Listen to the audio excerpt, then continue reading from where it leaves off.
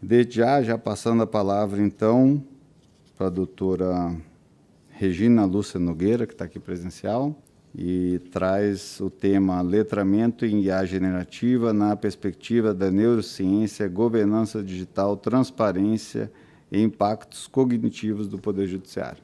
Obrigado, professora Regina. Tem a palavra. Boa tarde. Eu vou começar com a minha audiodescrição. Eu sou uma mulher branca chegando aos 60 anos, uso um cabelo curto, estilo desconectado, e estou usando uma blusa estampada azul, verde e vermelha. Eu agradeço o convite, aceitar, né, a inscrição. É um privilégio estar aqui compartilhando o meu saber. Então, eu cumprimento a mesa na pessoa do conselheiro Moacir Rei Filho, e me permite um agradecimento especial ao conselheiro Luiz Fernando Bandeira de Mello pelo trabalho realizado junto com o GT. O trabalho de vocês realmente é incrível. Bom, eu vou falar da perspectiva da neurociência e me permitam, né, dizer de onde vem essa perspectiva. Então, eu tenho formação em neurociência, com pós-doutorado na Unesp, com doutorado e mestrado na USP, sob orientação do professor Frederico Guilherme Greff. Tenho o Prêmio Internacional ISI no tema, e transitei, né, dentro da neurociência desde pesquisa básica de bancada, investigando o substrato neuromoral do medo e da ansiedade. No serviço público, eu implementei em equipe o programa Pro Excelência, que é o programa de aprimoramento neurocognitivo de magistradas e magistradas. Tenho contribuído sobre o impacto traumático da violência doméstica e familiar e da violência sexual sobre o cérebro. E tenho, desde que conheci a inteligência artificial, em fevereiro do ano passado, sido uma estudiosa dedicada e com essa perspectiva. Por gentileza, acho que começou no slide errado. Acho que temos anteriores a isso. Ok, obrigada.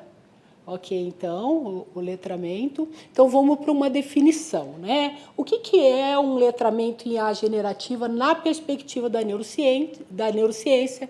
É o que compreende e considera os impactos da inteligência artificial sobre o cérebro e suas funções cognitivas. Então, o que eu quero trazer nessa apresentação já são estudos mostrando, por exemplo, né, aqui um estudo já de 2023, mostrando o impacto da inteligência artificial, por exemplo, sobre memória e aprendizagem. E já adianto que com efeitos positivos e negativos. O slide não está aparecendo corretamente, mas eu vou contando para vocês, tá? Então vamos lá. E aí, o que nós temos? Quando nós chegamos na resolução, e quando a gente fala de fundamentos na resolução, no artigo 2, nós temos, dentre eles, então, o desenvolvimento, a governança, a auditoria e o uso responsável de soluções de IA pelo Poder Judiciário, tem como fundamento centralidade da pessoa humana, mediante a participação e a supervisão humana em todas as etapas dos ciclos de desenvolvimento e de utilização das soluções que adotem técnicas de inteligência artificial. Então, me parece, né, que um aspecto fundamental talvez tenha sido contemplado apenas na palestra da parte da manhã do professor de Zurich, se eu não me engano, que bom, nós estamos dependendo de humanos. A gente fala da centralidade da pessoa humana e não temos ainda discutido, como poderíamos estar discutindo, o que a gente vai precisar olhar para que essa centralidade da pessoa humana seja, de fato, garantida. E não apenas em termos de participação, mas em termos de qualificação para se estar participando e me permitam condições cerebrais adequadas para se estar participando. Destaco que, assim como tinham nos fundamentos, na parte de princípios a gente tem a supervisão humana efetiva e adequada. O que garantirá que essa supervisão humana seja efetiva e, de fato, adequada? E aí uma questão importante o que há de tão especial no ser humano que lhe permite funções cognitivas complexas. De forma interessante, em termos genéticos, a gente é cerca de 98% parecido com o macaco bonomo. E, então, o que nos diferencia de fato, né? O que vai nos diferenciar é um córtex pré-frontal, não é tamanho de cérebro, mas é um córtex pré-frontal e as conexões nessa estrutura, não só na região, mas no cérebro como um todo, porque essa é uma visão localizacionista, mas todas as estruturas do cérebro elas são conectadas por redes. Então, é esse córtex pré-frontal que vai nos permitir o que nós precisamos para a centralidade da pessoa humana e para uma supervisão humana efetiva e adequada, que é capacidade de planejamento, atenção, resolução de problemas, monitoramento de erros, tomada de decisão, cognição social, que envolve tanto o aspecto cognitivo quanto emocional, memória de trabalho. Então, o córtex pré-frontal vai ter uma importância fundamental nisso, e, como eu disse, isso não é só localizacionista. Nós temos redes no cérebro, então, o córtex pré-frontal é um hub importante para diferentes funções, como raciocínio crítico, memória, foco, concentração, comunicação, criatividade, entre outras. E o que nós temos quando nós falamos o cérebro hoje de profissionais de excelência do Poder Judiciário? A gente teve o privilégio de ouvir pessoas extremamente qualificadas nessa audiência pública que já é história. Só que a gente precisa considerar que o meu cérebro, o cérebro dos senhores e das senhoras, ele foi configurado ao longo de muito tempo. Então, hoje, o cérebro que nos permite, né, estar aqui fazendo essa discussão dessa resolução foi o resultado de um percurso acadêmico longo. Quem tem uma graduação, a graduação no mínimo estudou 16 anos.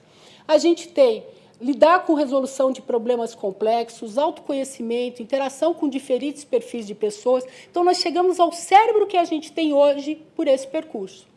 Só que agora nós temos uma variável fundamental, que é a chegada da inteligência artificial generativa. E aí a pergunta, por que a governança digital, para o uso de AI, eu estou falando em especial da generativa, deve incluir necessariamente uma abordagem neurocientífica? E aí o que a gente vai ter? Vamos aqui. Se puder passar para mim que não foi. Essa transformação tecnológica, principalmente, então, devido ao avanço de IA generativa, implica em alterações significativas nos nossos cérebros. Quando nós passarmos a utilizá-las cada vez mais sistematicamente, isso vai ter um efeito sobre a plasticidade cerebral para o bem e para o mal e de como utilizamos nossos cérebros. E aí, então, o que a gente tem? Quais são os potenciais impactos? Vou começar pelos positivos. A gente tem muita notícia boa. Então, o uso de IA generativa no nosso dia a dia, e vai ser um uso cada vez mais frequente, vai ter impactos positivos, como, por exemplo, me ajuda de novo ok, estímulo à flexibilidade cognitiva, a gente vai precisar de novos modelos mentais, novas abordagens, novas habilidades, eu vou passar nos títulos. Aprimoramento, sim, da tomada de decisão, porque a gente trabalha com um número maior de dados, a gente consegue processar informações que só com os nossos cérebros a gente não processaria, a gente vai ter o desenvolvimento de novas habilidades que pode levar a novas competências. A gente vai ter redução de carga cognitiva repetitiva, sim, tudo isso é fato, reduzindo fadiga cognitiva. A gente tem uma otimização da memória de trabalho, que é a quantidade de informações que eu mantenho no cérebro enquanto eu as processo. Eu vou estar fazendo isso auxiliado por uma inteligência artificial, mas precisamos também considerar os impactos negativos no cérebro. Então, uma dessas consequências é a dependência de respostas prontas.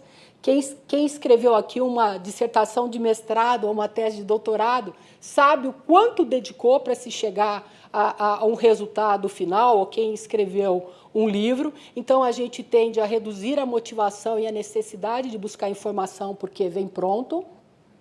Redução na profundidade do pensamento, a resposta vem pronta, não vem construída, um menor tempo de reflexão sobre questões complexas.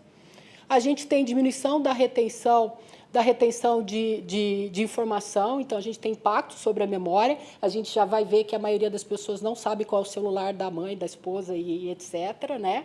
Então, brevemente, né, talvez a gente vai precisar ajuda para resolver questões que a gente resolveria de cabeça.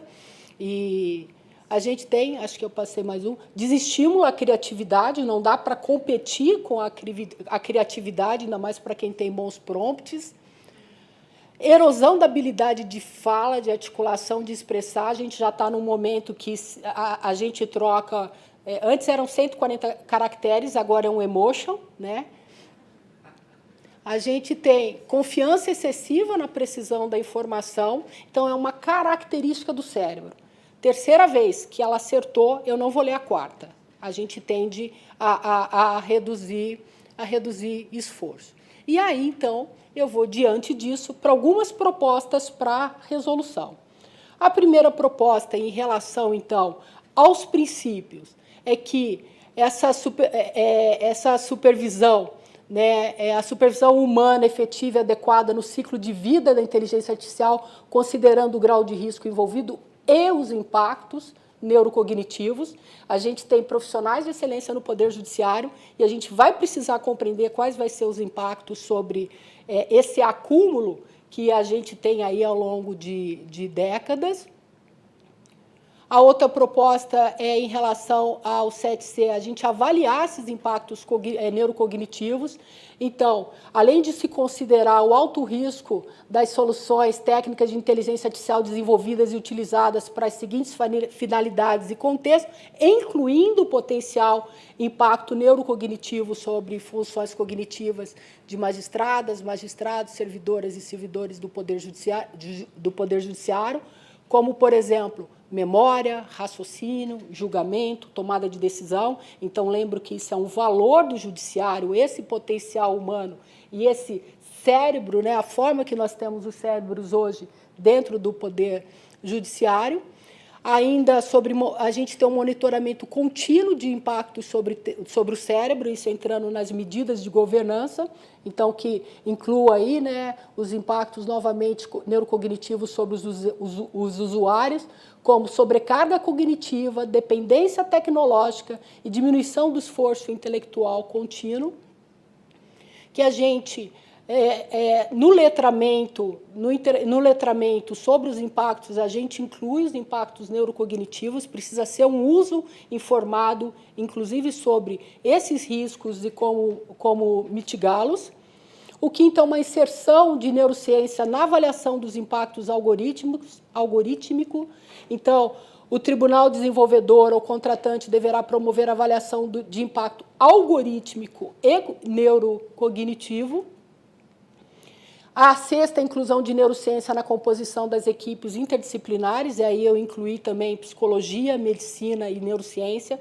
A gente está falando sobre saúde cerebral e existem profissionais com essa especialidade. E aí o sétimo, os relatórios anuais incluam os impactos neurocognitivos. E aí, então, caminhando para o final, esse letramento em IA generativa da perspectiva da neurociência objetiva o desenvolvimento de estratégias que favoreçam que magistradas, magistrados, servidoras e servidores mantenham suas capacidades neurocognitivas ativas, supervisionando os resultados de IA e evitando a substituição do pensamento crítico humano por decisões automatizadas. Aqui, só para compartilhar, né, que eu tenho ministrado oficinas já de inteligência artificial generativa da perspectiva da neurociência e termino aqui com o meu contato. Obrigada.